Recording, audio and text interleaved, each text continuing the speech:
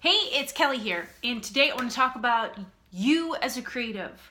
You are creative, that's it. I was just on a hike thinking about this and how many people have the story that they're not creative or that's not one of their strong points. And actually someone wrote me about that and was talking about how in her corporate job, how does she balance? Like, well, I'm not really creative, but that's a demand of my job.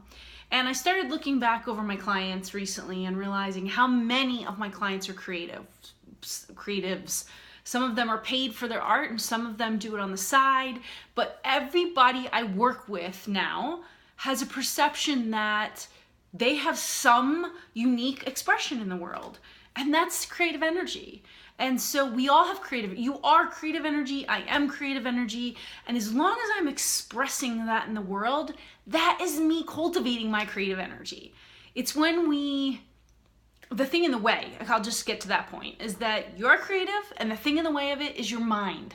The mind is our greatest asset and our greatest defect. So the mind is super powerful, but it is not you. You are not your mind. You are like a being that transcends this crazy chatter in your head. You are not your thoughts. That chatter is the function of the mind, and thoughts come all day long in judgments and discernments. And when that gets going and you can't separate that you are not that crazy mind that's like, you got to do this, that's too much, that's too little, you're not enough. Oh my God, nobody's going to like that. Oh my God, you're going to get fired if you do that. Oh, you're never going to have a client again if you do that. You're going to die or you're going to be homeless in the streets. The crazy in there is actually what gets in the way of the very thing you want. So living a really fulfilled, extraordinary, awesome life means letting creativity flow. You let the creative mojo flow, that very thing that you are. It's that you trust yourself, you like yourself, and you're like, oh, that's interesting, let me share that.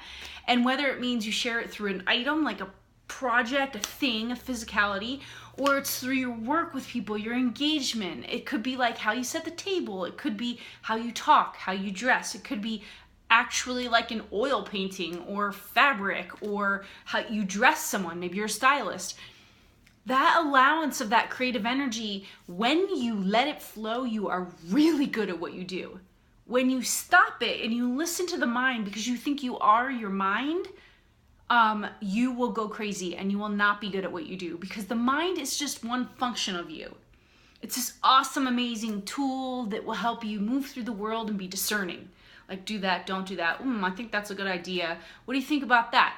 But it also, when it goes overboard, the mind can be your worst enemy because it will judge you to death and it will totally cut off your ability to be expressive, to feel more, to love more, because it will constantly be telling you that's too much. Don't be too loving. Don't be too creative. Don't be too out there. Don't be too big. Don't be too bold. Don't be too anything, because it is trying to protect you.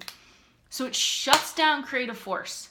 So the mind is the only thing in the way of having a fully creative, expressive life. And I know this because this is what I do with myself. I go experience life. I live, I do these things, I experiment, and then I run them through me, and I either use them for myself to be like, I want to feel more of that. Let me try more of that. Or I do it with clients and I say, hey, this is what I see going on for you. Why don't you try some of that? And then they start to unleash and unravel that mind so they can get back to who they really are. And so that place where you are creative, it's having the trust and faith that you already are that is your true essence.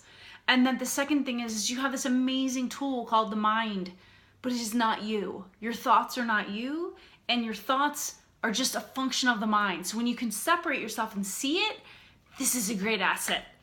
But if you run your life based on your very small mind, then you will not be able to allow that creative energy to flow. You will also not be able to feel the edges of like what's possible for your life and all the possibility. So you are creative, and two, the only thing in the way is your own mind.